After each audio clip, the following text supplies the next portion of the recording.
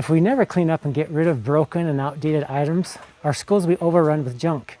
Today I'm going to show you the process of how to do that.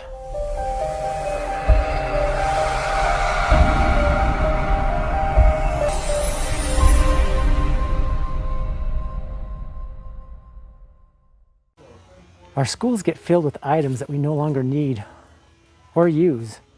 Some of the stuff is old and broken. Some of the stuff is outdated. We need to keep our areas clean and well organized. The district has a process and a department to help us do that the right way. Welcome to the Alpine School District Warehouse and Surplus.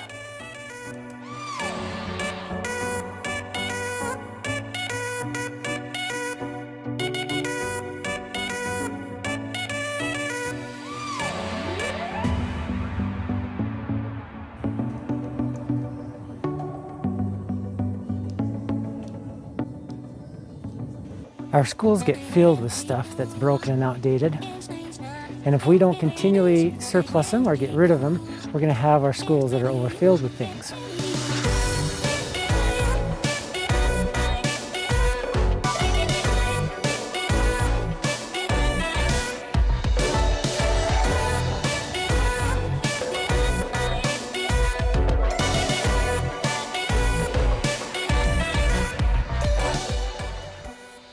I had the opportunity to talk with Ryan from Surplus. Now, he didn't want to go on camera, but there were a couple things that he wanted us to know.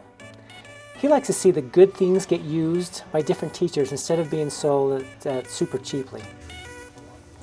When things go to auction, many times they go to out-of-state people, and he said that he'd like to see our tax money get used back into the schools and back for the kids that they were originally intended for. Now, one thing that we need to know as well is anything that comes from surplus back into a school building, there needs to be principal approval, and that's to make sure that we're not taking other people's junk and making it our junk.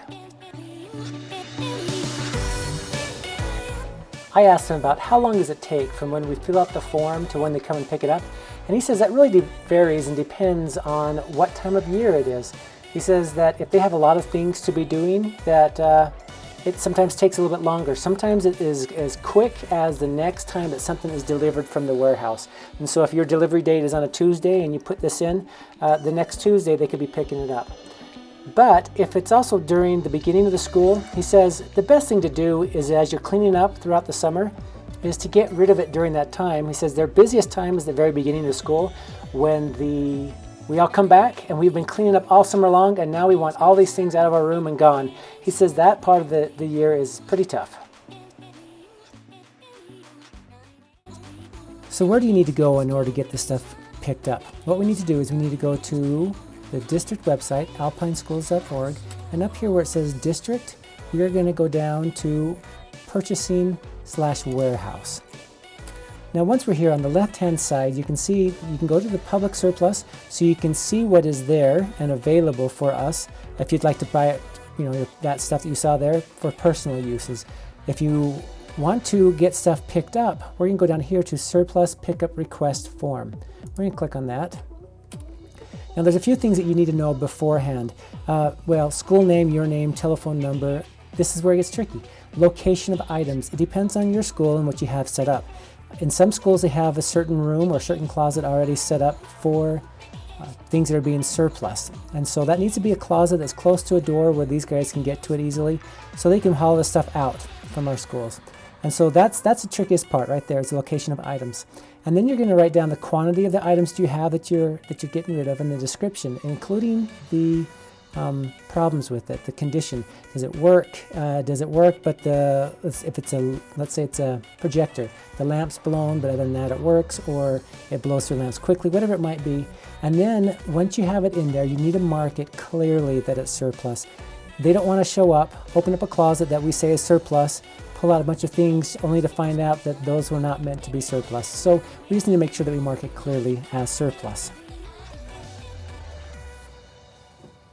So there are a few steps that we need to follow in order to get something out of here and get it to surplus. And number one is you identify it, what needs to leave.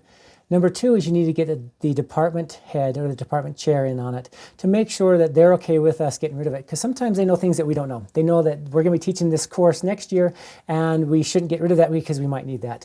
And they're also going to check if there's anyone else in your department who needs it. And then the next thing we need to do is we need to get the administrator in on it. When someone that says, yes, we can go ahead and get rid of that, we're not going to use that, that's great, let's get rid of it.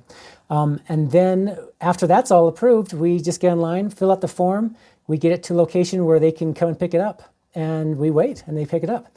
Anyway, I thought you guys might be interested in seeing what it looked like down there. I know that a lot of teachers haven't gone down there and haven't seen it, and there's some pretty neat things to see. I thought there was anyway, and every time I go, I'm not disappointed. And I'm not disappointed by the things that people are getting rid of. Realize that there's a lot of things that are antiquated and outdated and that we won't use, and so it's kind of good to see other places cleaning up and getting rid of it too. Anyway, if you have any comments, please make sure to put them down there in the bottom, and then don't forget to like and subscribe. We appreciate it. Thanks.